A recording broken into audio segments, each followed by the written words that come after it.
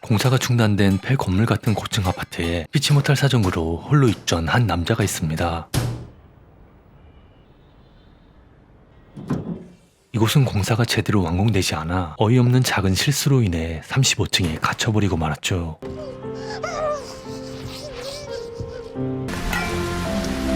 비가 오면 빗물을 받아 마시는 건 기본이었고 마땅한 음식조차 없었기에 어떻게든 생존을 이어가려 하는데요.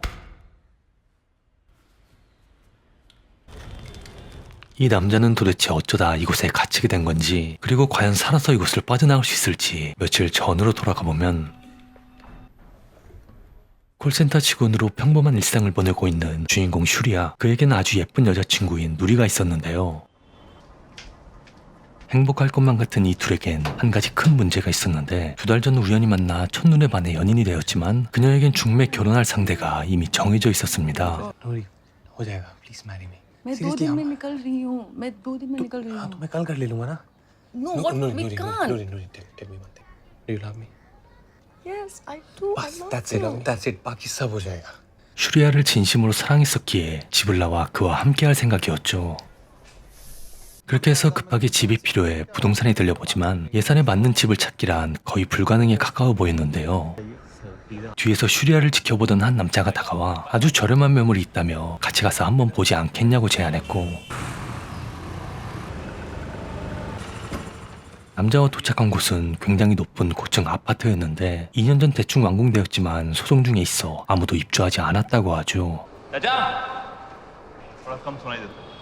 곳곳에 작은 문제들이 보였지만 슈리야에겐 그것들은 전혀 문제가 되지 않았습니다. 단점이 확실한 만큼 장점 또한 굉장히 컸고, 생각지도 못한 평수와 환상적인 뷰를 보곤 그 자리에서 계약을 하게 되는데요. 서프라이즈로 그녀를 놀래줄 생각에 방을 꾸밀 풍선과 내일 출근 복장을 챙겨 아파트로 향하게 되죠.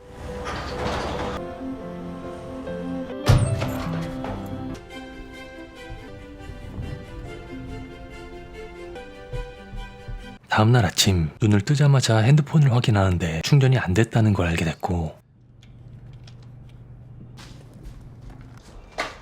어쩐 일인지 물도 전혀 나오지 않아 전날에 사들고 온 생수를 사용해 양치를 하게 됩니다. 서둘러 모든 준비를 마치고 뻑뻑한 현관문을 열고 나왔는데 핸드폰을 두고 왔다는 사실을 알게 돼 급하게 집 안으로 들어가는데요.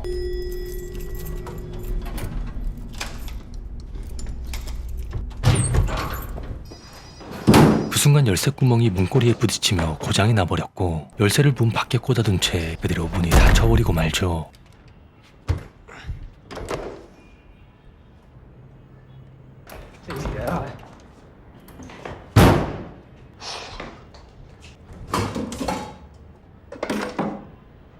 집안에 있는 도구들을 활용해 문을 열어보려 하지만 배터리가 얼마 남지 않은 핸드폰을 활용해 열쇠점에 전화를 걸어보는데 상황을 설명하고 주소를 말하려던 그 순간 배터리가 방전되고 맙니다.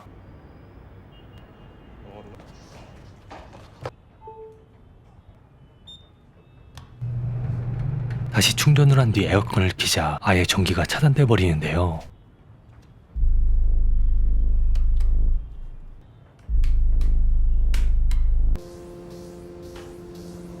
조급해진 나머지 문을 부숴버리다가 공구가 미끄러지는 바람에 손에 부상까지 당하고 말죠.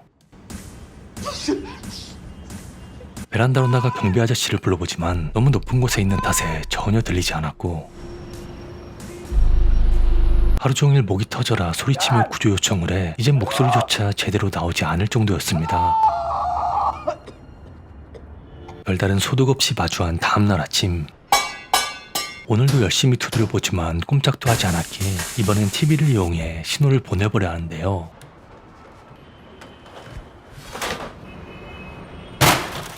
하지만 귀가 어두운 경비 아저씨는 전혀 듣지 못했고, 이번엔 치약으로 메시지를 적어 밖으로 날려보게 되는데 계속해서 건물 옥상에 떨어져 이마저도 쉽지 않아 보입니다.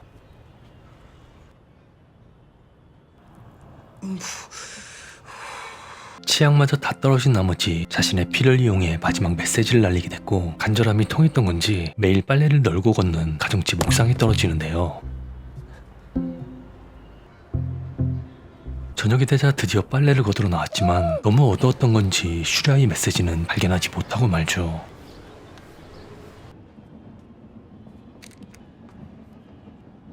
쥐를 너무나 무서워했던 슈리아는 깜짝 놀라 뒷걸음질치다 그만 정신을 잃고 맙니다. 슈리아는 물소리를 듣고 눈을 뜨게 되는데 싱크대 아래에 있는 쥐가 무서워 한 걸음도 다가가지 못하는데요. 오늘은 새총을 만들어 건너편에 신호를 보내봤지만 역시나 눈치채지 못했고 또다시 피를 이용해 편지를 날려보자 이번엔 경비 아저씨의 활동 반경에 떨어지게 됩니다.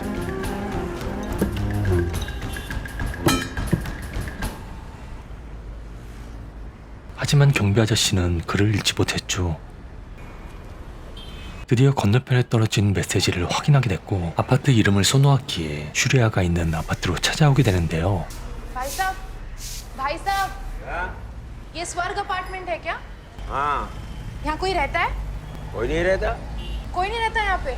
हमें 2 साल हो गए नौकरी करते हुए इस बिल्डिंग में अब जाइए 분명 사람이 있다고 확신한 여자는 이대로 돌아갈 수가 없다고 생각해 아저씨가 안 보는 틈에 몰래 계단으로 올라가 보려 합니다. 하지만 너무 높기도 하고 겁이 난 나머지 그대로 발길을 돌리고 말죠.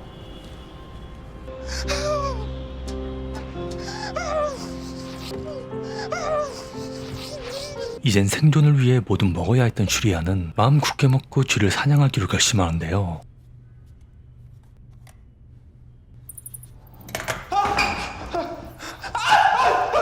쥐를 사냥하는 것은 빠르게 포기한 뒤 차라리 소변을 먹는 게 낫다고 생각합니다.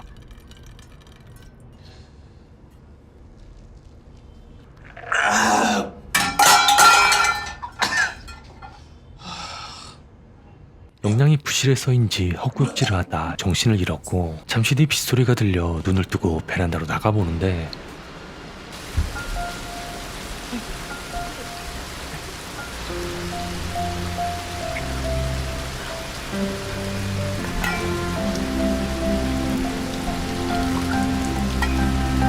쓰러지기 직전인 슈리아에게 기적처럼 비가 찾아와 빠르게 갈증을 해소한 뒤 빗물을 모으기 시작하죠.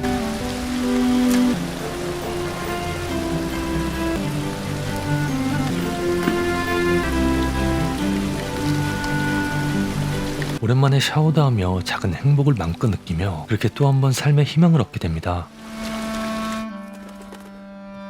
다음날 아침 굉장히 조심스럽게 베란다로 향하는데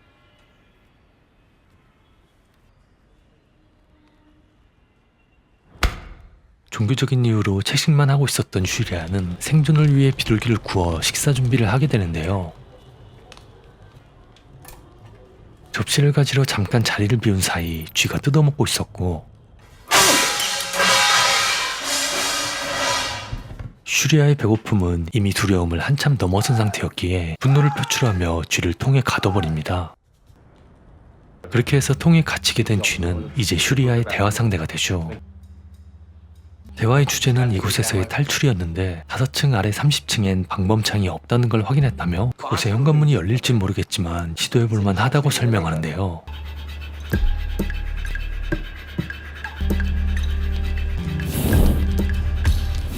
밤낮으로 노력해보지만 생각보다 굉장히 단단했고 오직 누리만을 생각하며 절대 포기하지 않으려 합니다.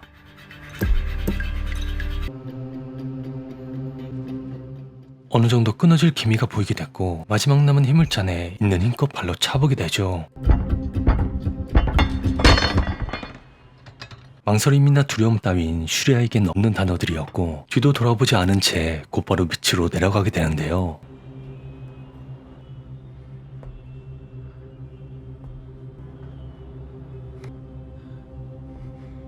그렇게 조심스럽게 내려가자 드디어 30층에 도달하게 됐는데 조금이라도 발을 헛디뎠다간 추락할 게 뻔했기에 착용하고 있던 벨트를 사용해 최소한의 안전장치를 확보하게 됩니다.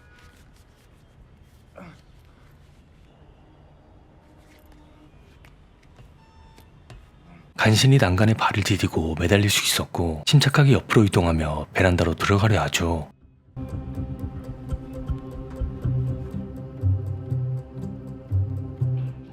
무사히 도착한 슈리아는 한숨 돌리고 문을 열어보는데 어찌된 일인지 양쪽 모두 굳게 잠겨 있었는데요.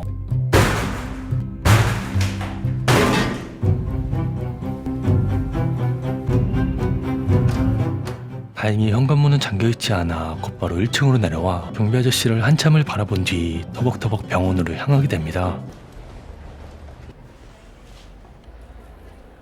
소식을 들은 누리가 한 걸음에 달려왔지만 이미 그녀의 손엔 결혼반지가 껴있었고 이내 마지막이라는 걸 직감하게 되죠.